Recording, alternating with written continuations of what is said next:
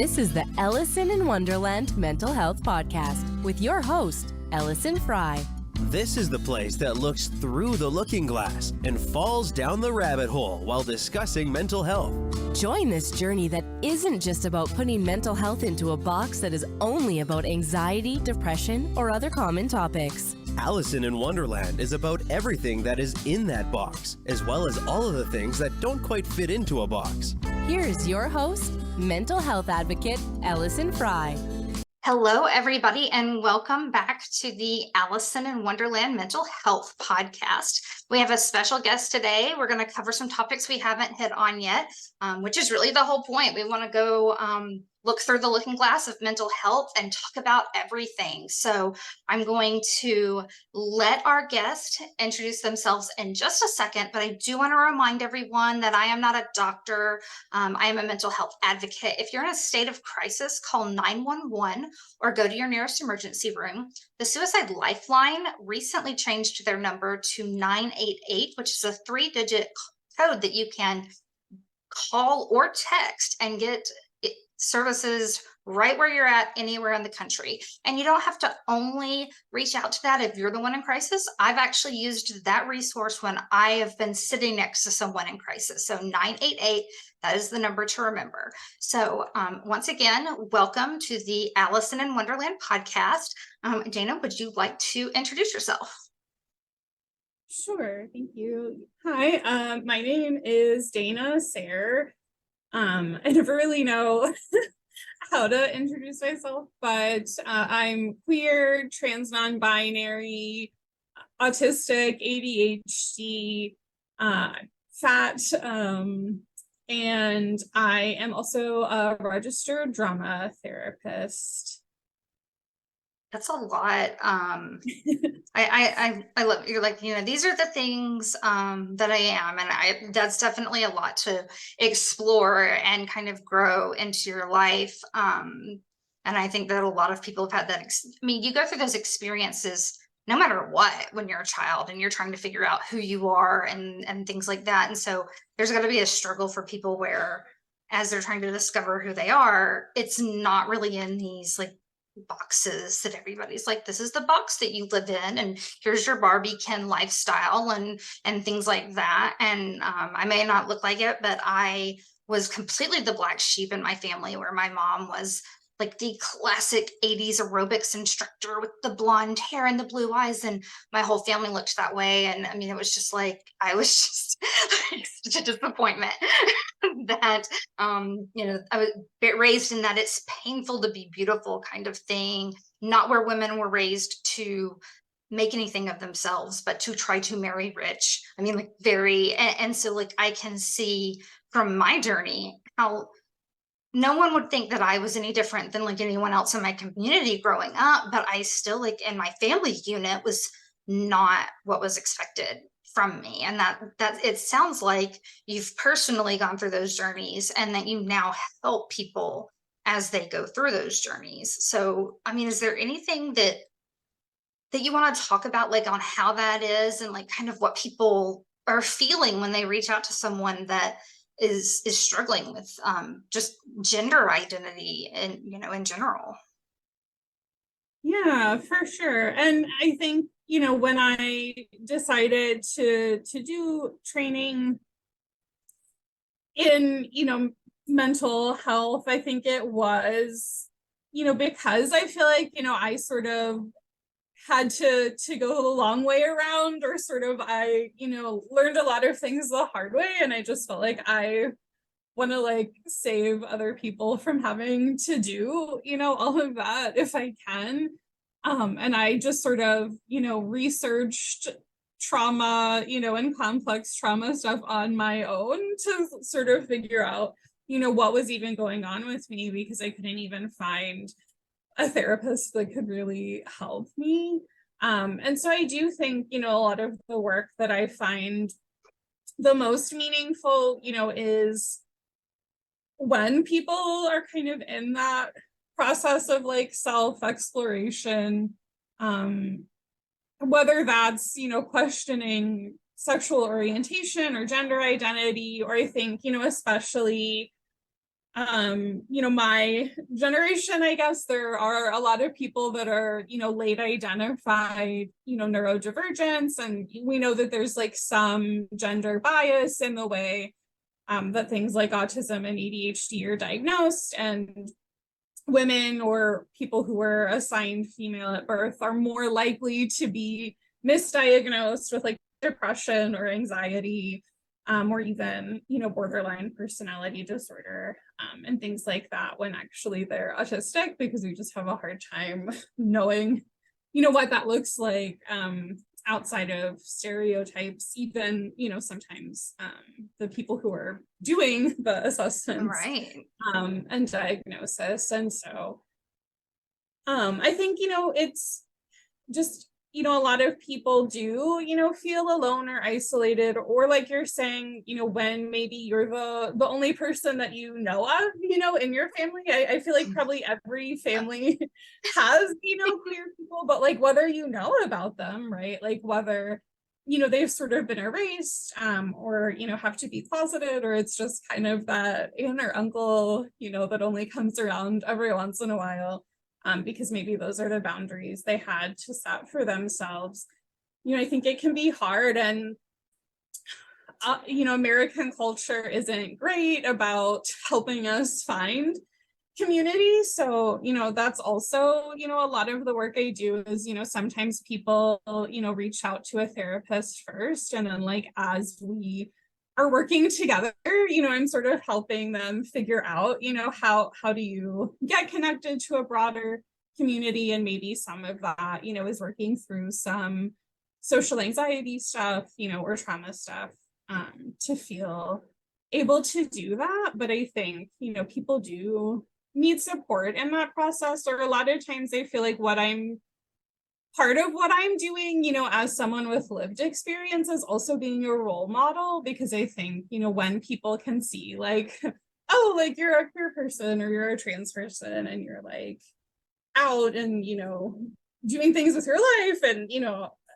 my life is far from perfect, but I think, when people can see like, oh, this person, has maybe gone through, this part of the journey that I'm on, I think it helps them. And I think people can be drawn to that. And so there's still a lot of gatekeeping, within the mental health profession, but I'm encouraged, the more that I see providers with lived experience of, whatever variety, because I do think we can support clients in a different way. And I think, historically, psychology sort of felt like, back from like Freud, it was like, oh, the therapist is supposed to be a blank slate, or, Right. that like the, the boundaries, that we try to set. I feel like part of queerness for me, or like being a queer practitioner, is that those boundaries are more fluid, and like, queer ethics are just different, and I'm on a lot of therapist groups, and it comes up, like, oh, if we live in the same town and like I want to go to the bar, or I want to go to a drag show, like what if my client's there, and can I wear whatever outfit, but what I said is like, could that be therapeutic or like affirming for them to like see their queer therapist, sort of living out and fully in their identity? So I think it's just like, it's different, and the boundaries can be different, but like that doesn't mean it's unethical. So I feel like part of what I do like always has an element of peer support in there, and I really like that. I think that's great. I can really relate to that as well. I mean, I know like we spoke before the call, that what led me on this journey was the loss of my brother and then my mother as a result of suicide 15 years ago. And I did not realize it over this last 15 years, but I've become a mental health advocate, and I didn't even know that's what was happening, but it was because I would talk about it and people would be like, oh my gosh, I lost my uncle, and I never felt like I could talk about it. Or I'd be wearing a shirt that's like stop suicide. And so someone would come up to me in the grocery store, and I just started to learn that people needed to know they could talk to someone else. And so I've become super open about my own mental health. Like I am very open slate. And I feel like that makes people feel like, oh, I can talk to you. It's a safe space. And I'm obviously not a therapist, but I do want people to realize, like, hey, there are people out there you can talk to, and look how screwed up I am. I'm not going to judge you. Like, I'm already definitely not going to judge you. So I think that it's really great. And I do think that the boundaries between those relationships with your therapist, I do think they've changed. I mean, I spent 20 years trying to find the right therapist. And, when I was very confused about my sexual orientation in high school, and I got sent to the Christian therapist that was assigned to the church, and my dad and my stepmom went to this legit, like, left for the weekend and went to this Pray the Gay Away conference in, like, Buffalo, New York. I didn't even know that's where they were going. My older brother told me, like, seriously. Like, it was so ridiculous. But it's taken me so long to find a therapist that I connect with. And there were things in my life, traumas, that I would never talk about with anyone until I found this person that it's an actual relationship. It's a friendship of sorts, and it's that confidant. And I think that when people can find those relationships, your therapist relationship could be the most intimate relationship you have. And so it can't be this very dry, you're laying on the couch. So tell me, how does that make you feel? I think it's really important that you are, kind of seeing that, especially with the queer community, where the rules are a little different, because everyone's trying to figure out how to not be forced into these mainstream rules, really. I mean, so I think that it's almost like paving the way for better, intimate sounds like such a weird word, but intimate relationships with your therapist. I know that maybe that makes people feel like, ew, but it is a type of intimacy, because there are very intimate things I talk about with my therapist I don't talk about with anybody else. Yeah, for sure. And I feel like it can be a really strange relationship in that way, but like it's true, and I think a lot of times when people talk about intimacy, where they're talking about like sexual intimacy, or like we use that as a euphemism Yeah. to like not say sex, but like, yeah, there is like emotional intimacy, is very important. And I do think, especially again, American culture, kind of the focus on individualism, I think, keeps us isolated, in some ways. And I've been encouraged, in the pandemic, at least where I am in Austin, like a lot more mutual aid, has been cropping up. And so, I think, people are like hungry for community in a different way. But yeah, like I feel like it's a super weird thing that we're asking people to do. Like, go tell a stranger like all of your like worst traumas and deepest, darkest secrets. Meanwhile, you don't like know anything about them. And so I think there is a balance. And I don't know, we're all human, so I don't know that everybody gets that balance right 100% of the time. And like different clients have different preferences, but I think, I have had clients that were like curious, to know things about me, especially. How did you navigate this? Yeah, makes sense. Yeah, or just, if a client's, considering non-monogamy, then they're like, do you, have a partner, and so it's like, I think, like obviously everyone has a right to privacy, and so you shouldn't feel pressured to like share anything you don't want to. But I do think like some level of like reciprocity, can increase that safety, and help someone like connect with you in a different way. And so I do feel like it's kind of a bizarre relationship, and a weird thing about society that we've just decided that like the way we're gonna help people is that like you pay a stranger to like listen to you, To sit there and take notes while you're talking. Yeah, and so I have like mixed, feelings about that, and I worked for the domestic violence hotline, as an advocate. And so I think doing crisis intervention stuff is hard, but again, it's just like people just like need to feel like somebody cares about them, and when people are having a hard time, even like related to trauma stuff, what a lot of the trauma research has showed, people probably know by this point about like the fight, flight, freeze reflex, but like actually like our first impulse is to seek help. Humans are like social creatures, and so fight, flight, freeze only kicks in if you're alone, if there's no one to help you. And so I feel like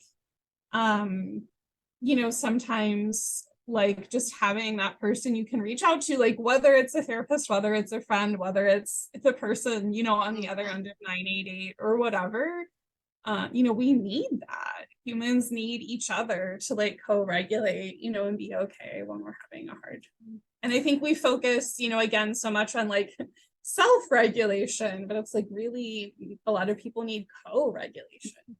Yeah, absolutely. I know it's the whole sense of community. I am 40 years old, my kids are grown, and I have never successfully made a friend as an adult. So is that not weird? So like I got married when I was 18. I don't have like friends. I have my family that I have, and that's my best friend from 6th grade. She was basically family, passed away a few years ago. But like I think since high school theater, I have not found a way to make friends. It's so weird. How do you find people? Because like I'm 40 and have 3 grown children because my 2 oldest are adopted. My youngest is 19. No one is my age and in my life state at the same time. It's like it's so weird. So finding those communities has got to be so like difficult. I know just for me, the podcast, I just am constantly telling people that this podcast has been so therapeutic for me because I've gotten to talk to so many people that are passionate about mental health, where I'm not usually connected to different people. I work from home. I live in the middle of nowhere. Yeah, but knowing that community to get people connected into is really great. Yeah, and I do think the internet has been helpful in that regard, especially I think being able to move beyond geography sometimes can be helpful to like find people that share interests or identities, but obviously, only having community online, isn't ideal either. And so I think there's not like a one size fits all solution. And, something that I think, is also relevant is, it is easier to like make friends when you're in school or, because I saw this meme where it was talking about, all like the amount of time that it takes to like get close to someone.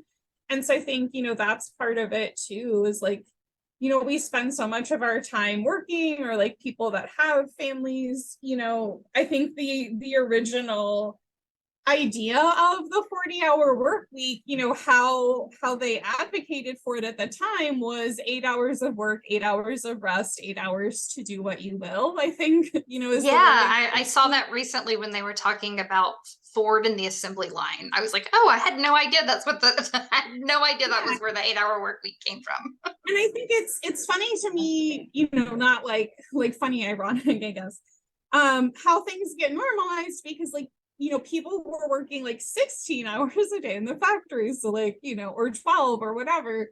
So only working 8 hours was a big deal at the time. But like, it's like now that's been normalized to where like that's, the new expectation that's unrealistic.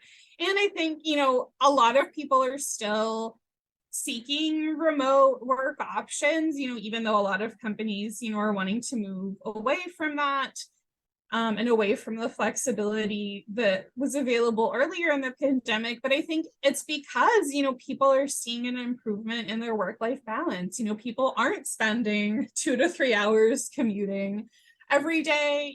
People are like more able to kind of find that time, because I think if you have to be, at work for 8 hours or maybe like 9 hours by the time you add in your lunch break plus your commute, then we're kind of back up to the 12 hours, of work most of the time in the week. And so I do think like that's part of it, the systems that we have and like the expectations that are put on us. And then, not only are you supposed to work and have a family, but you're supposed to be exercising and cleaning your house. And That like, does not happen at my house. Neither one of those things ever happen. all of these other things. Where I saw something that was talking about, even in ancient Rome, like nobody cooked for themselves, like there were just like, basically, food stands, kind of the Roman equivalent of like fast food, and you would just like go get, food from one of them. And so I think, I feel like a lot of like what we consider normal, I feel like kind of goes back to this like 1950s ideal, which of course was only ever true for like middle class white people anyway. But like this idea, of like a one income household, and someone who could like be home to like be, cleaning and cooking and taking care of the kids. And like, that's just not the reality for anybody anymore. And so I do think we need like a larger cultural shift for everybody, or just like different values. And I think that's what's hard for me. I think there are a lot of people who want things to be different, but just the political system is not set up in a way.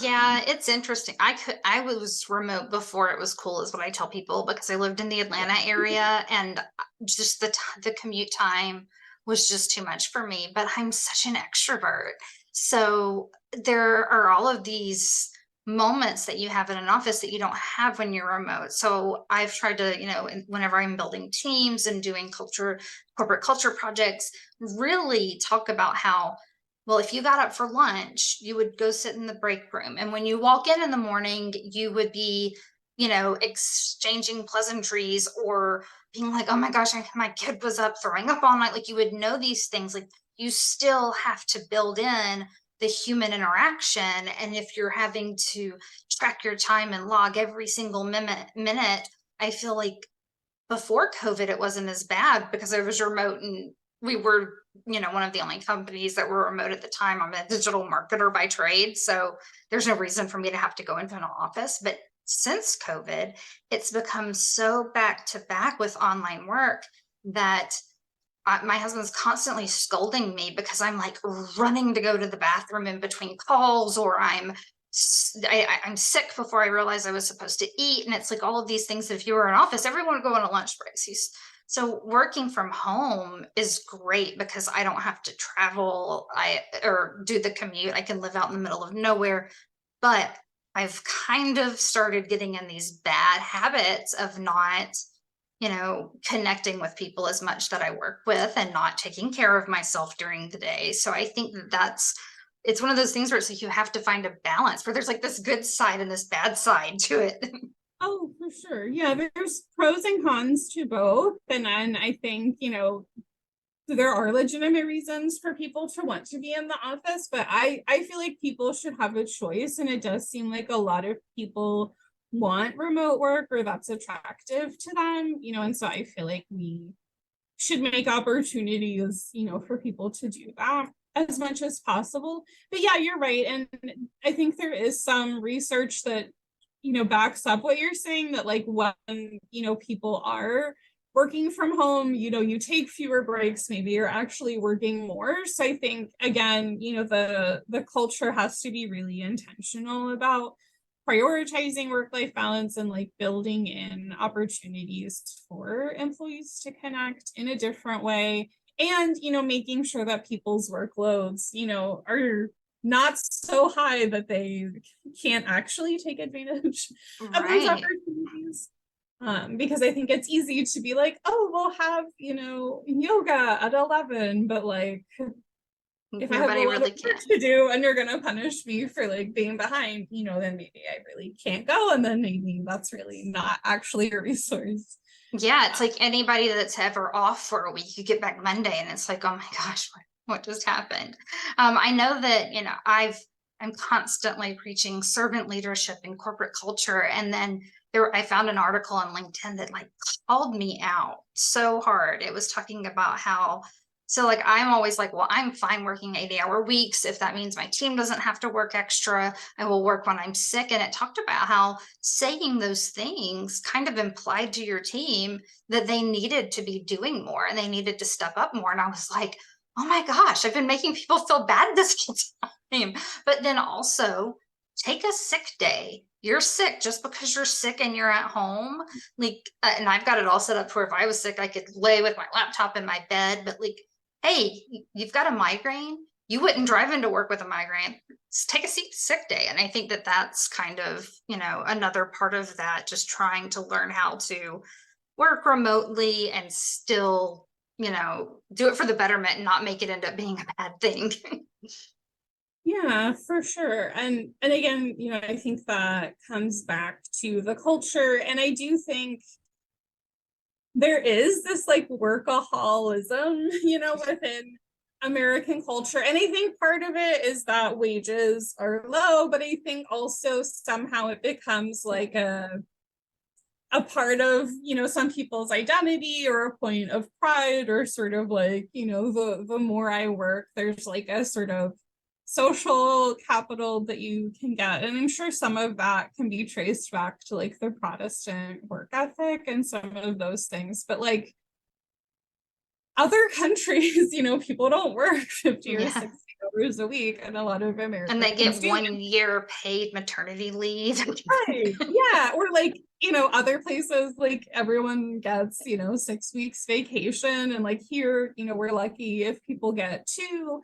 And so, I mean, I do think, we have like a larger cultural problem with like working too much. And I've also seen that some of the companies that, have started to offer unlimited PTO, again, like people just won't take it. And so they're realizing that you have to have like a minimum requirement of like, it's unlimited, but you have to take, at least 3 weeks a year or whatever it is. And again, you have to make the workload such that, people can take a day off, because I've also worked jobs where if I miss a day, like everything's just going to pile up, and then I'm going to have to work twice as hard. So it feels like, I might as well just work sick, but like that's not really healthy. And so I think, it's a lot of these things are like more of the systems level things that need to change. It's interesting because when I talked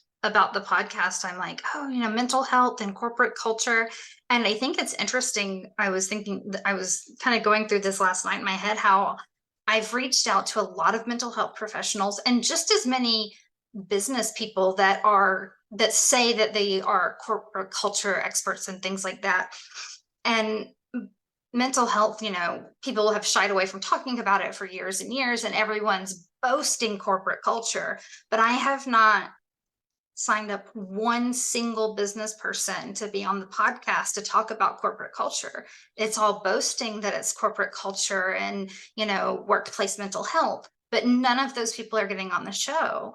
Show sounds like such a weird word, but all of these mental health professionals and advocates and just people that have their own stories, like are hopping on and helping everyone. So I'm like, wow, when did we get to where we can talk about queer culture and things like that, but not being healthy and happy in the workplace? Like this is like we're constantly having to be like, okay, yes, I know we're fixing some stuff, but we still got to look at all these other things too. Yeah. And sometimes I feel conflicted about like the limitations of the mental health system. And like obviously the individual work that I'm doing, with people is meaningful, and it helps them. But a lot of times, what people are really struggling with is like, my wages are too low, my rent is too high, like I am navigating transphobia, right? So I think, sometimes it feels like, a bucket like bailing water out of a sinking ship, and so I have also been thinking about, are there ways to, sort of leverage skills to like have an impact, on a larger level, or like, a policy level. or things like that. Because I do think, like the easy answer is like, oh, just, if you're having a hard time, go to therapy, go to therapy. But it's like, if everyone is having a hard time, Right. And like, then you can help the person, but you can't fix the situation that they're in. And that's the struggle. So it's like we almost need corporate therapists to make the company better. yeah, I mean, oh, so you mean, yeah, like where the corporation is the client. Yeah, like how you have a school counselor. You need like that person for the business. And I know that there's organizational psychology is a degree path that people can go on, but I don't know that it's something that's really being leveraged for Yeah. businesses. Or I think, I'm not, an expert by any means, but I also think, psychology does tend to work from the individual lens first. So, I mean, I think organizational psychology or social psychology can be helpful, but also like sociology, I think, is maybe equipped to handle some of the problems we're seeing. Yeah. And I've done a lot of DEI work, and I've been on LinkedIn more and connecting with other DEI professionals, and I feel like we are sort of at this weird moment in time where I think, in 2020, a lot of corporations, made a lot of promises that they never really followed through on. And I think, DEI has sort of tried to maybe fill that role of the corporate therapist, but again, it's like, it's so dependent on like getting buy-in, from like the CEO. And so I think it's just so easy for organizations to try to do like the easy level fix or like the surface level stuff, versus wanting to like make the deep changes that would actually like require them to like give up any of their power. Like, Yeah, I mean, used to work like for this I used to work for this company where the owner would record videos of himself talking about something, and it would get pushed out to everyone. And it would be like, oh, we're going to do all of these great things. But it was just like, kind of like, hey, there's this video publicly saying this is what I'm doing for the team. But then, you know, obviously, like we had an international workforce that all went to Texas right before COVID hit, like January 2020 for a retreat. And international team, dietary things were not taken into account, even though they were put in there. So like their food was not halal for people that needed it. So like every night after the events, we'd go to like the hookah lounge so that the people that needed to eat halal would have food. And then people could bring their spouses and pay for a private room instead of a shared room. But one person wanted to bring his husband, and there was like a whole like chat exchange, but that I didn't find out about until I got there, between the owner and that person, about like this whole thing. And I was just like I don't, like, how can you be this public face of it and then this other little side thing going on? And it was just really, that it was very weird. And I was sitting at the end of the week banquet at the table with a group of people that were from India and Pakistan, and the only thing that they could eat during that dinner was like the bread. And they all just sat there, and we all filled out dietary restriction things before we went, and it was just, and then I sat there and watched them while they did the prayer before we ate, and it was just kind of like I'm a Christian, but I don't impose my like religious views. I also consider myself a common sense Christian. Like, hey, you're saying like there were all of these rules made, and then like halfway through the Bible they all changed, and you can't tell me that 3,000 years later they haven't changed some more. But so like I have like a spiritual aspect, but I'm very interested in other people's religions too. Like the study of apologetics is just so interesting to me, because I want to know what everybody believes and be respectful. And so like having them explain to me what halal meant and what why that meant that they could have that food.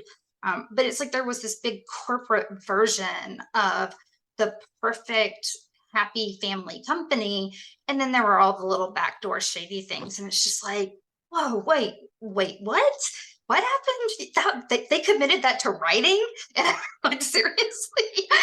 It's just so bad. But you're right. It's like those CEOs as presidents where it's like, okay, we can say we're doing these and we can have HR people. And I've been on culture committees and worked with the HR people where we have all these ideas, but it just gets completely shot down when it hits higher management. So then you just feel like, why am I even trying? Why am I on these meetings saying, let's do this to make things better and these things if the boys club upstairs is going to just completely squash whatever you say. Yeah, for sure. Yeah. And I think there's like so much there. And I think it's like social justice discourse has like gotten to a point where people can't just be like blatantly offensive. So I think like that just means things get like sneakier. I guess it's just, you know, people just don't say the quiet part out loud anymore, but like in some ways that can be like more. It's like the passive aggressive thing where like I would have rather my mom just yell at us. The passive aggressive moments were way worse. Yeah, or you know, I see a lot of people saying like I don't need my job to be my family. Like I have a family for that. And so I think it is complicated and like we do spend, you know, so much time at work. And so I think it is reasonable, you know, for that to like be a healthy environment, or like I don't think it's wrong, you know, for people to like want to feel a sense of belonging at work. But I do think we also like put a lot of emphasis on that. So I think it's hard to know like what, you know, boundaries to set. But yeah, I think it's, you know, it's a big complicated problem. And I think like a company like really has to be committed to like wanting to be better, even if it costs them something. Like, you know, I think it's, you know, and there are parallels to like, you know, the personal work that you do with people. It's like, you know, because we all, you know, it's like we have, you know, all of our relationships or sort of whatever's going on in our life. So I think, you know, a lot of people too,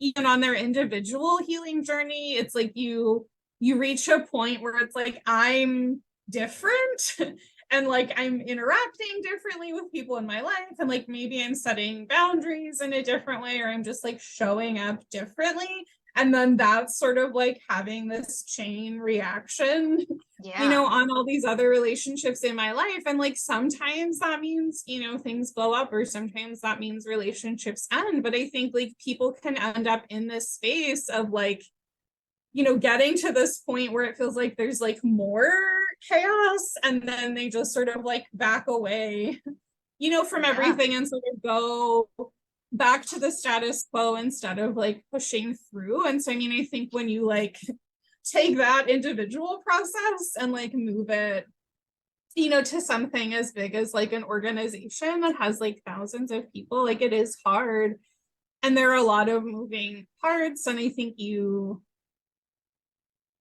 have to be okay with like a certain level of chaos, or like you have to be willing to lose the things that aren't working for you anymore, so you can find the things that will work better for you. But like that, you know, takes courage, and that, you know, hits all of our, you know, fears of abandonment or being alone, or what if I never find anything better than this, you know? So it's not an easy thing for an individual to do, which means it's not an easy thing for a giant organization. So I recently, I guess about 6 months ago, I spent 20 years climbing this corporate ladder that probably would have taken a man 10 years to get to. I reached the executive level and I was so miserable.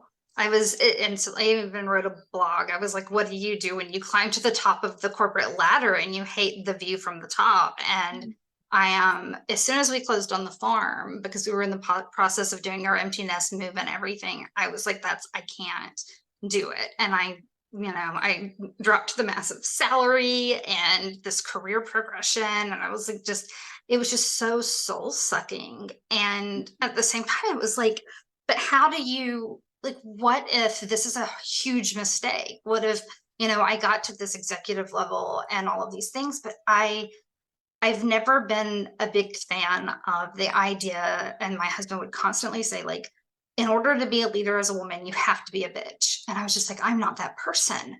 And, you know, there were like constant layoffs, all these things. And just, I got to a point where I knew I wasn't happy, but people, and I thought I was helping the corporate culture for my department, but even if you help it in your department and the rest of the company is toxic, then you're only able to do it so much. And so we were going through this great resignation thing, so I was constantly interviewing people, and they would ask about the corporate culture. And when I had first started this process, I was very animated and excited and like, oh, and I'm putting in these changes and these changes. And like the week before I finally just decided that's it, I'm done, I was on one of those calls and I was doing my little song and dance, and it dawned on me that I did not believe a single word I was saying.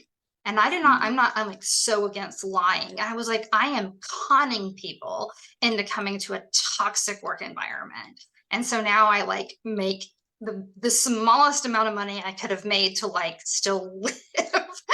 Like I took like a tenth of the salary that I was at, and but I'm not working, you know, 14-hour days. I'm doing work and this, and you know, like I'm doing advocacy, I'm taking life coaching classes and psychological first aid and things like that, trying to really focus on mental health, which I've said my whole life, the second half of my career, I want to focus on mental health.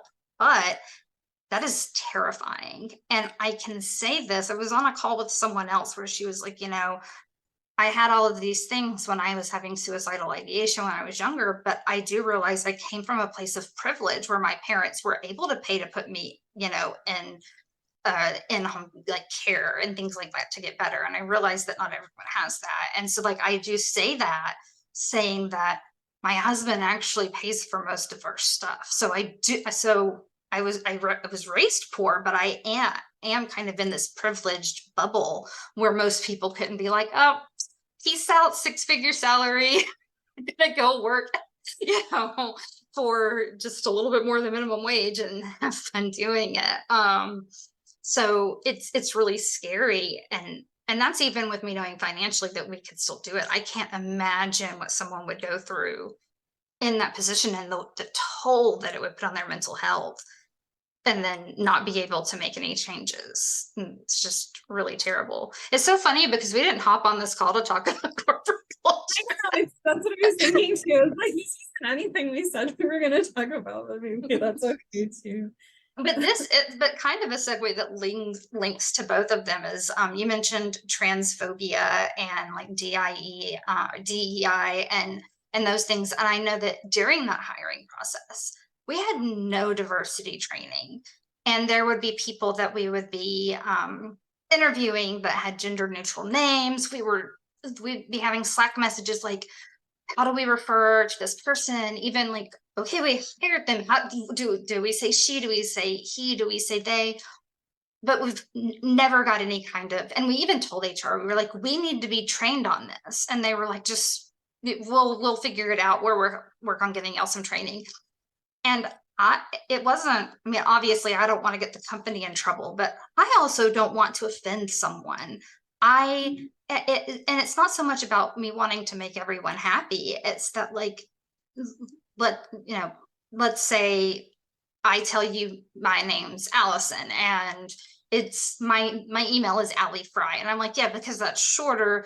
After I've told you 5 times my name is Allison, like my dad's the only one that calls me Allie, like eventually, and I know that's a very tiny like example, but it's like, okay, but navigating those conversations, not only in work where it's, you know, the company could be at risk, but in life, just kind of knowing how to ask and talk about those things in a way that's not going to offend someone. And I think that I still haven't had any DEI training. So like I think it's one of those things that a lot of us struggle with.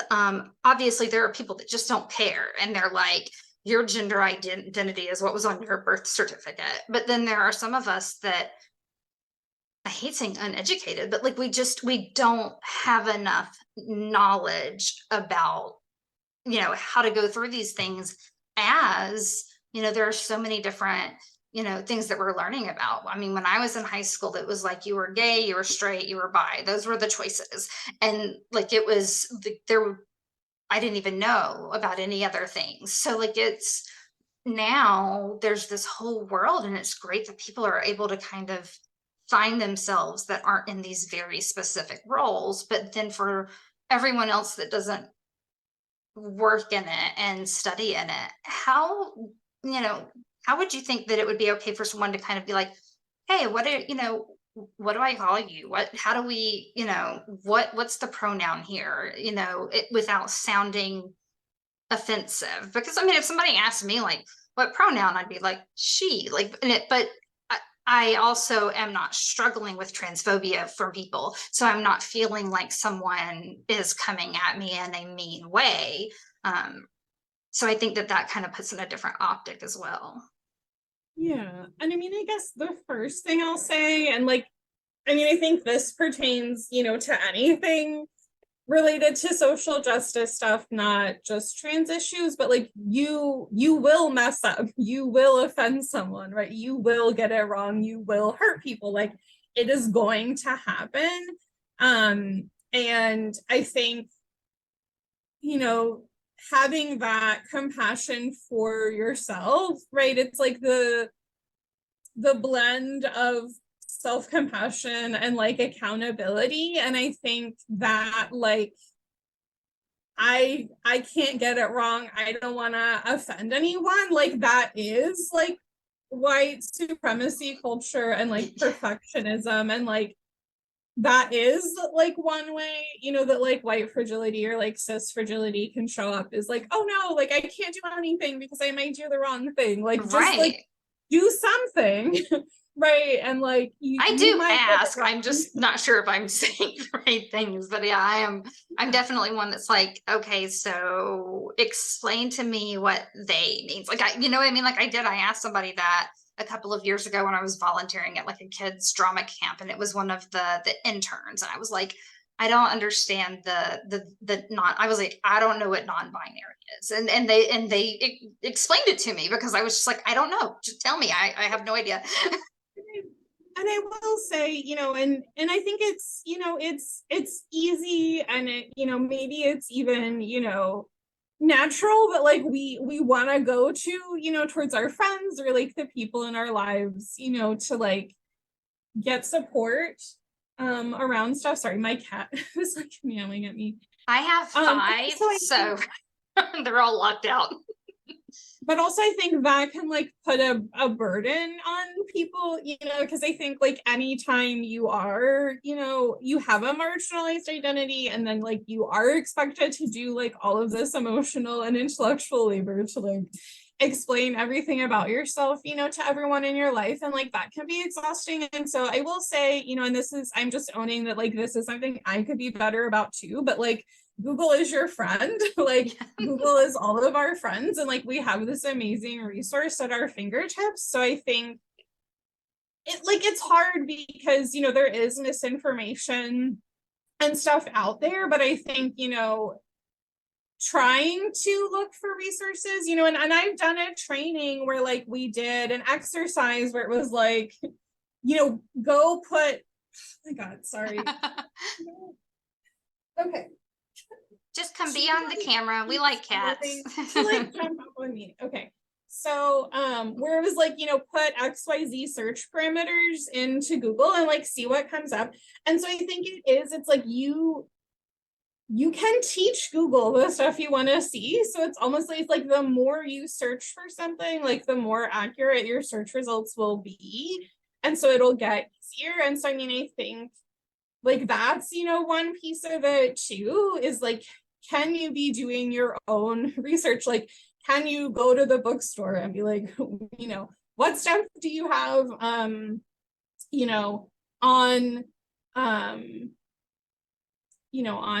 gender stuff and pronouns, or like, even when you were saying, you found my website, because you were trying to figure out what is I'm out of spoons mean, right? Yeah. But it's like, you did it. Like you went to Google and then you found my website, and then you found, right? So it's like, that's what I mean. Like someone out there has like written an article or like a blog or a book or something about like all of this stuff. And so I think like that's one piece. But I guess as far as like, you know, best practices, I think part of it, you know, is like the more cis people can like normalize pronouns. And so I think it is a microaggression if you like only ask someone's pronouns when like you're not sure, or like Yeah. you just think that they're trans, because like we will notice if like Right, yeah. you only like if you just, you know, are fine with everybody else, but like me, you know, you ask because like you're not sure or there's something.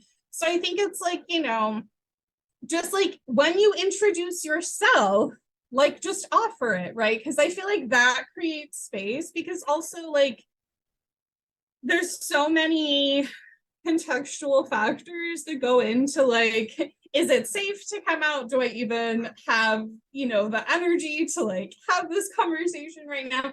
Right? There's like so many layers of like everything. And so like when you ask someone else their pronouns, you're like putting a lot of pressure onto them potentially to like disclose this information to you, and to like be doing all of these mental calculations about like how safe you are. Whereas if you offer your pronouns, then you're like opening up a space where like they can choose to like offer theirs. And I do think you know, if companies can have a norm of like creating space for people to put, you know, their pronouns like in their email signature, you know, or, you know, if you're doing Zoom meetings and stuff, you know, having it show up there. But again, like not making that compulsory, like not forcing someone to out themselves, because also like someone may not be sure what pronouns they want to use. You know, they may sort of be in that questioning space where like maybe nothing, you know, feels right. So like, you know, some people don't want to like have to say what it is, but I think just like giving people the options and like normalizing it, and just the more that we normalize the fact that you like can't tell what someone's gender is by looking at them, you know, and we've like been conditioned to think that you can, you know, and that's why, you know, well, and the stereotypes that you know, yeah, like butch women will get called sir or whatever, right? It's like we've been taught that like these masculine or feminine aspects of gender expression like indicate someone's gender, but like now we understand that gender identity and gender expression are actually two different things. And actually, like, you can't tell, you know, based on someone's clothing or secondary characteristics or name or any of these things, what their gender actually is. And I think, you know, even before I switched to they, them pronouns, you know, just being in the queer community and like knowing more trans and non-binary people, it's just, I think it takes practice. Like, you have a lot of practice using he, him, and she, her pronouns. You don't have a lot of practice using they, them pronouns. Or, you know, if people still use like neo pronouns, you probably don't have any practice using that. So it's gonna feel weird. It's gonna feel awkward. But the way to get through that is to practice more. And so I just started in my head referring to anyone, like any stranger, out and about with gender neutral pronouns, because that gives me an opportunity in my head to like be practicing. And the more you practice, like the more comfortable you are. So like the more you try to shift to like gender neutral language, the more you're like shifting your mindset to like not assume someone's gender based on their appearance, like the easier it gets. And so, you know, with any of these things, it's like cultural conditioning. It's like you've been conditioned to do one thing, so you have to like put equal effort to like condition in a different way. And again, it's like there are parallels to, you know, the individual work I do with people, because like any habits or patterns or like anything, you know, that you're trying to change, it's like you didn't get this way overnight. You're not gonna unget this way overnight. Right. So like, I think like the process of being committed to social justice is just like, it is a practice, right? It is a continual unlearning. Like the culture is like continually trying to condition you back into like the old way of doing things. So it's like this constant process of like fighting back against that and creating opportunities for like unlearning and like deprogramming yourself all the time, and like putting yourself in spaces, you know, and there are like, you know, social media groups and stuff, you know, where like trans people have agreed to like answer cis people's questions.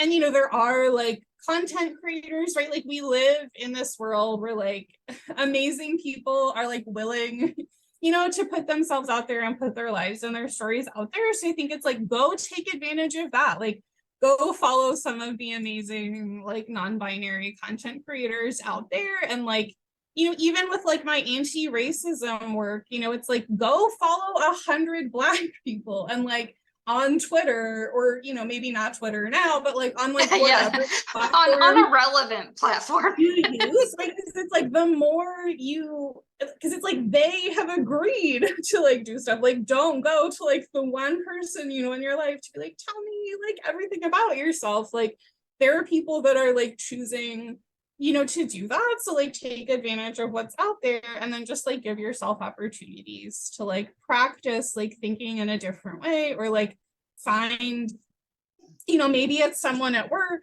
you know, to like be like an ally, or like having an accountability partner, you know, in that process. Yeah, I I think think people should have accountability partners for everything. Just like, yeah. I think that it's also interesting because, like, you know, you were kind of trained and raised to use these pronouns, and it's you know, as you were saying that, I was thinking about kind of the same situation with, you know, one of my kids who was in, you know, theater through middle school and high school, and I think I asked this same question to him at one point, and he was like, I use they them pronouns for everybody. He was like, that way I don't have to worry about it. And you said that, and it reminded me of that. And I was like, you know, when I was in high school, no one, I don't know if non-binary, like high school in Alabama, it was like, it was not even a thing that I knew about. But it's interesting that, you know, it wasn't a conversation I had to have with him about being sensitive about the things that he said. He was just like, you know, 6 years of being in high school, I guess it has, you know, in the generation that he is in, he just learned, hey, and I guess it's like sometimes we can learn a little bit more from our kids because we Yeah, come for from this sure. other situation where it's like the whole, and I always feel so bad. I'm like, there were only these few things when I was in high school, and I know that that's not, they're all everybody's, you know, identities. That was all the, that was all still there. It just was not something I was aware of. I wasn't even really aware of people being gay until the first time I saw girls kissing, and then I was like, huh. I didn't even, never had even been told that that was a thing. Never understood like some of the feelings that I had, because like I had no clue. Like, I lived in this little bubble, and this is how the world was. And so I feel like I've tried to expand my knowledge a little bit, but you're right. You know, as these generations come up, maybe they'll be better. Kind of like that casual racism of my grandparents, where it was like, oh, so and so cut my grass. Now he's a Black man, but he's really nice. You know, like where they say these things. I mean, and my grandparents they've all passed away, and like, I'm referring to something that like the sweetest grandmother in the world said one time, but like you look back on it and you're like, wow, you can't say stuff like that. So does that mean like when my generation, our grandparents, those won't be the things? Like, it's like, oh, we haven't kind of grown up with that, like, oh, we were segregated and then we weren't, and then, you know, stuff like that. So it sounds terrifying that it's like, well, we've got to wait for this next generation to get up to make, you know, the big jump. I don't think we have to. I mean, certainly, right? I mean, I've, you know, seen, you know, sort of with every generation there is progress, but like, we also know that like neuroplasticity exists, and anyone can grow and change. And it's interesting, I had never really thought about it that way, but I had attended this DEI course, and the instructor said that like saying like, oh, well, you know, my grandma's just racist, you know, because like that's just her generation. But like saying that or thinking that is actually ageism, because you're saying that like people like aren't capable of like learning or growing or changing. And I was like, oh my God, like you're right. I know You're right. Yeah. It's like, it's terrible. Right? Like you can hold grandma accountable. Like grandma can like learn, to get down with pronouns, or like stop saying racist shit about Black people, or like whatever the thing is, right? But it's just like we legitimately asked a waiter if he knew how to read one time. Sweetest little old lady in the world. Just like what? Yes. Okay. If you think about it though, Birmingham, Alabama, probably not the best place for all of that. It's just really interesting. My dad is very dark-skinned Italian, and my mom's dad disowned her when she married him and said that no daughter of his was going to marry someone who wasn't white. Like, Yeah, I mean, the thing is I don't look like anybody in my family. Even my mom's skin's more like, I don't know what happened where I just didn't get the pigment that anyone else did, but I tell you what, that ancestry DNA test was really something I needed, because I did not believe I was any of those people. But it's interesting though, because like my mom's dad, and I'm going to say this without being into too much detail, people can take from it what they will, was a Birmingham police officer in the 60s. He's exactly what you would picture if I say Birmingham police officer in the 60s. My dad, second generation American, like my grandmother was the first one born in America. She had a story she told me when she was like in like the last months of her life, and she was like in the dementia state, and she was talking about things that happened when she was a kid. And one of them was like when the Klan would have their meetings like in the park by her house, and like her and her friend snuck up to watch one time, and all the Italians in their little community knew not to go out that night, and one of them came over in their sheets and like yelled boo, and like she was 97 years old telling me about this, and you could see the scared little girl in her telling me about it. And it's like, those are my very polar opposite grandparents. Like, it's just like one was probably in the robes and the other one was being, like and it's just the whole thing. It's just I don't even know how to fit it like all of that into my brain, and how those worlds converge. It's just really very interesting. And now that I've kind of gotten to where luckily I was able to raise my kids in more diverse areas. We moved out of Birmingham, we went to Atlanta. It was not 99.9% white people and things like that. I feel like that helped my kids a lot. But then there's still all of those people. I still have siblings and nieces and nephews in Alabama, and I feel like it's still very much that way. Like it's not anything different. Yeah, and I think part of it is exposure, and there's sort of that narrative that like for conservative people, like nothing's real until it happens to them. So if they end up with a gay person in their family, maybe they can sort of learn to pray the gay away. That's what they do. But I do think it's technically the United States isn't segregated anymore, but like we still are very segregated. And so I think that is a big part of it. And I also think especially with like LGBT issues, because it's sort of like this self reinforcing pattern, right, where like because rural areas are less diverse, like people move to urban areas, but then that makes the rural areas even less diverse. So then like so it's like I do think it does vary a lot where you are, and they have shown that like people that live in more urban areas tend to be more liberal than people that live in rural areas, in part maybe because of their predispositions, but in part just because you're around a bunch of different kinds of people, and like interacting with like diverse people helps you be better about interacting with diverse people, right? And I feel like that's sort of the paradox we've found ourselves in, because I feel like the desire to make spaces more diverse can lead to a lot of tokenism and sort of like wanting to collect, like minorities, like their Pokemon. Oh my gosh, if you've seen the new reboot of that 90s show, they try to check every single box of we've got someone of a different race, we've got someone who is gay, we've got it's so weird because it's like, what, what did you guys do? This makes no sense. Yeah. And so I think, it's like you have to be working on the culture to make it safe for like diverse people to be there, right? Because otherwise you're just asking people to come into like an unsafe, toxic environment, where they're gonna be subject to like all kinds of microaggressions or violence. But at the same time, like,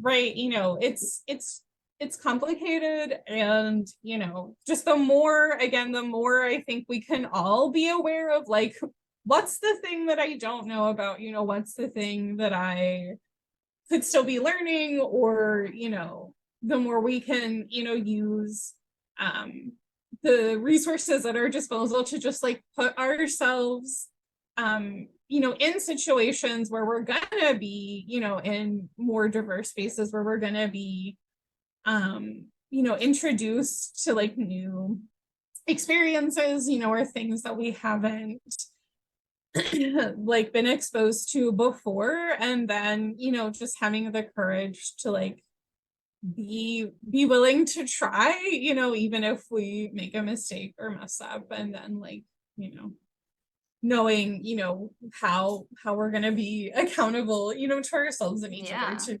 better. But well, and that's just for everybody. Like we should do that. I know we've focused on like the LGBT, group, because, you have a big part of your practice that, is that community. But at the same time, like it's everything. I have people people do the motion where they're like blowing their brains out or they're hanging themselves. I call them out. Or the kill me nows.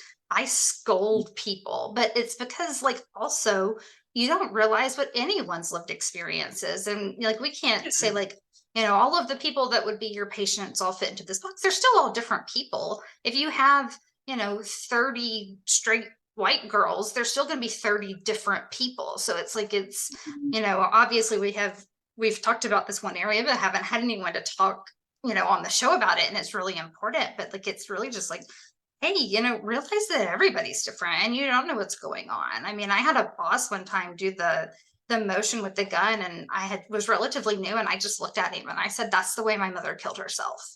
And he just like, his face dropped, and he didn't know if I was screwing with him or not. And I was just like, and maybe I don't have to be as abrupt with people, but like at the same time, it's like I cringe when I see people do it on TV, and I'm just like, gosh, do we not know better now? Why are we still like putting out stuff where we're saying that? Like I love TV. I was watching like 1883 or whatever, and it's like a prequel to Yellowstone. I haven't even seen Yellowstone. It's like it's such a beautiful story of them crossing the Oregon Trail, but there's romanticized suicide through so many parts of it, and I'm just like, how are we still doing this? Like, I don't understand. But it's like we all have those different things that are triggers for us. And so like we just have to really learn to be respectful of people. Yeah. And I think it's complicated because also I think a lot of people, who experience depression or suicidal ideation also use like dark humor as like a coping mechanism. Yeah, I do that too.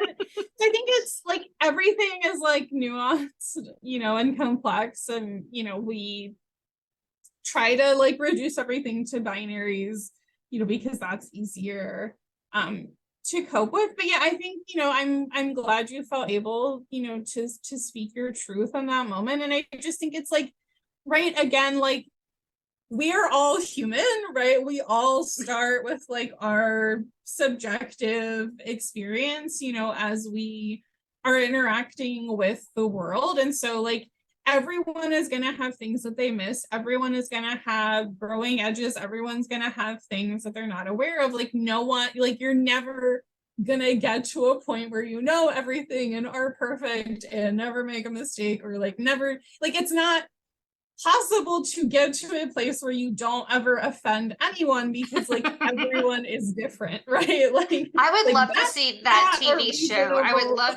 yeah, I'd love to see the character that they create that's trying to never offend anyone. I want to see that TV show. It would be hilarious. Yeah. And so I think it's right. It's like, again, it's that mix of like self-compassion and accountability. And also, like, I think a key point is like, who are you accountable to? And just like being aware of that, you know, and noticing when, if you want to dismiss, you know, someone's feedback, like, who, what is that? Like, you know, is Yeah. that indicative of some kind of bias as well? And so it's like, it's an ongoing process. But I think, you know, the more people that we have committed to that process and like really committed to it, you know, the better it's going to be for everybody. But like, we're all just doing, you know, what we can. But I think it's like, you know, it's having that like continual practice. And I think, you know, especially for white people, like it is so easy to fall into that like perfectionism and like either or thinking and like the sense of urgency. And so I think, you know, people can get frustrated because it's like, you know, something happens, or, you know, it's like stuff happened with George Floyd and there was like all of this urgency and like all of this big rush of Yeah. like, let's do everything, right? So it's like, but that's not sustainable. And so it's like people try to take on too much and like, you know, out of this sense of like urgency, you know, try to like do everything, but then it becomes too much and it's too overwhelming. You can't keep up with it. And then you swing back to like doing nothing until there's some other urgent thing. And so sort of like, instead of like swinging back and forth from like, I'm going to try to do everything to like, now I'm exhausted and burnt out and I'm not going to do anything. Like, can you just find like one thing, you know, or Yeah. not just one thing, but like to start, like, what is one thing, and like what is the thing that I can commit to, and what is the thing that I can do consistently, and like just continuing to grow that edge of like, how can I make this like an ongoing practice in my life, whatever that looks like. Yeah, I think I was talking about this in a work like format recently, but I was like, you know, if you want me to do these 5 things, like these 5 roles, I can do them and be okay at them. Or you can let me do like one and I'll be really, really great at it. Like those are the, you know, you just gotta, I can be okay at all of these things or just really crush it at this other one. But yeah, I think it really is just like being accountable, really just kind of being respectful. I do like the idea of trying to use, you know, they, them pronouns, because then if you're doing that consistently, you're not Mhm. having to worry about offending someone, which once again is just like causing stress. It could also be offending people while you're trying not to offend them. So I think that that's really helpful. Um, I know we didn't get into drama therapy at all, so you're going to have to come back because I'm very interested in that.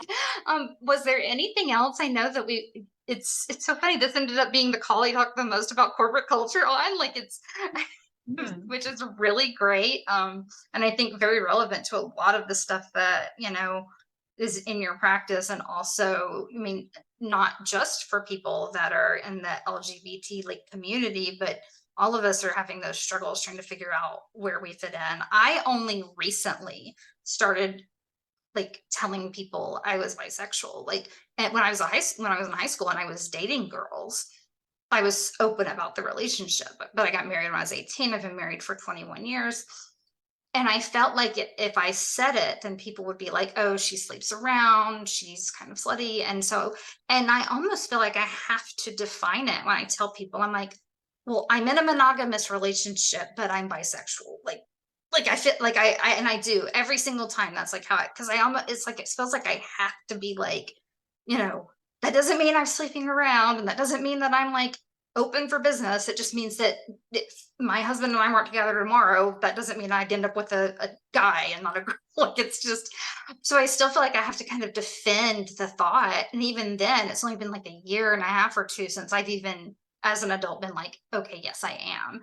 And really that came out of sharing the coming out experience and how traumatic that was as a teenager is the reason I finally opened up about it because I was like, okay, I can relate into this like traumatic experience, and this is why. But I still felt like I had to like justify the monogamy of my marriage at the same time, which is just so conditioning, I guess, to feel that way.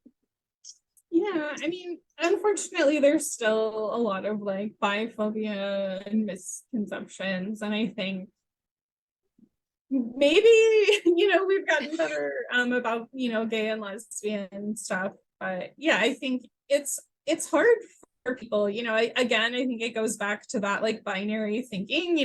People can sort of understand, okay, you're gay or lesbian or you're straight, and the same with trans stuff. It's like, okay, like you're trans or you're not trans, because I know a lot of cis but people why can't you just like make up your mind? That's like just make up your mind. Yeah, but people have a hard time with bisexuality or queerness or non-binary stuff.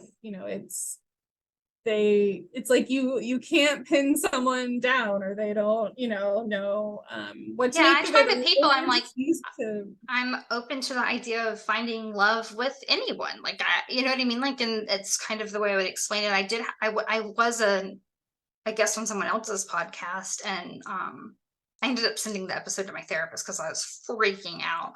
He asked a bunch of questions that I was not ready for, and we talked about like childhood sexual abuse and stuff. And then he spun the dating girls in high school thing as a specifically directed towards that. And it was so weird because I don't ever talk about the sexual trauma. And she thought that when I sent her the recording and was like freaking out that was what it was about. And I was like, no, he made it sound like I was saying that I dated girls because I was like sexually abused. And like, that's not the narrative. I don't want that narrative to be, that's not what I was saying. That was what upset me the most about the interview, because I was like, no, just because this one thing happened doesn't mean that correlates to the other. I don't understand. That was what I was so upset about, because I was like, why would you turn it into that being the narrative? Like, that's just whatever his agenda was, I guess. Yeah, I mean, unfortunately, like that is, a narrative that some people have. And I think it is, just like homophobia and like wanting like a reason, right? It's like, oh, like then it's like, oh, this is like the reason that you're that way. You like, must have hated all men like that. It's like if something happened to you that made you gay, right? Like that's easier for people to deal with than like, right? And I do think, and I think we can see it, you were talking about the generations, like Gen Z is like super gay, right? But it's like every generation has been that gay, just like people weren't out, or like probably more, like what's the next one's Gen Alpha, they'll be even more whatever gay. They are. It's like, I think, if we didn't live, in this culture, with these strict gender norms and all of that, like I think most people are probably actually bisexual to like some degree or another. And I think, maybe that's like part of where biphobia stems from. It like it hits something and their own internalized, homophobia bubbles up, or like the possibility, of, something like. Yeah, it's definitely interesting, but I have enjoyed having you on the call so much, and you're gonna have to come back because I had so much other stuff I wanted to talk about. But with the short attention span of people, I think we've probably reached our cap for episode length. But it's been really wonderful. I really appreciate you taking so much time with me today. Is there anything else that you want to share with the audience before we stop recording? Not off the top of my head. I hope we didn't ramble too much and people found it useful. I think that people will realize, that I ramble a lot through a lot of it.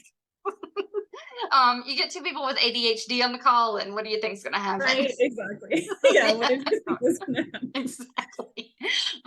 Wonderful. Well, thank you so much. And you're definitely going to have to come back on and tell me all about drama therapy, because I'm very interested in that. For Awesome. sure, I will. Thanks for listening. If you enjoyed this episode and you'd like to help support the podcast, please share it with others, post about it on social media, or leave a rating and review. Also, remember, this show does not contain medical advice that you should follow without speaking to your doctor. If you or someone you know is in crisis, call 911 or go to the nearest emergency room. You can call or text the Suicide and Crisis Lifeline at 988.